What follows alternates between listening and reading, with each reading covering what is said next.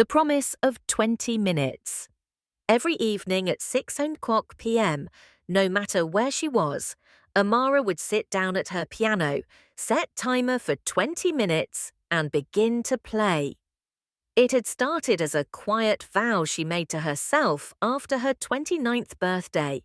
A year filled with missed chances, a dead-end job, and the creeping fears that she might never pursue the one dream that had always burned in the background, to be a pianist. Not necessarily famous, just real. Just someone who didn't let time and doubt sweep it all away. So she made a rule: 20 minutes, every day, no excuses. Some days, her hands moved gracefully across the keys, lost in melody. Other days, they trembled, numb from cold or clenched from frustration. Still, the timer ticked and she played. On nights when rain hammered the windows and she returned from work drenched and drained, she played.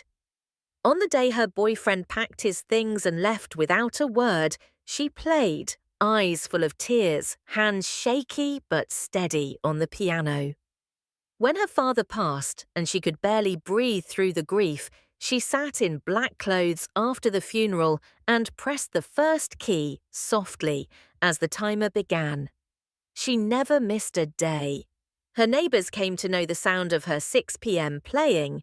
One said it was the most reliable part of my day. Another left a thank you note.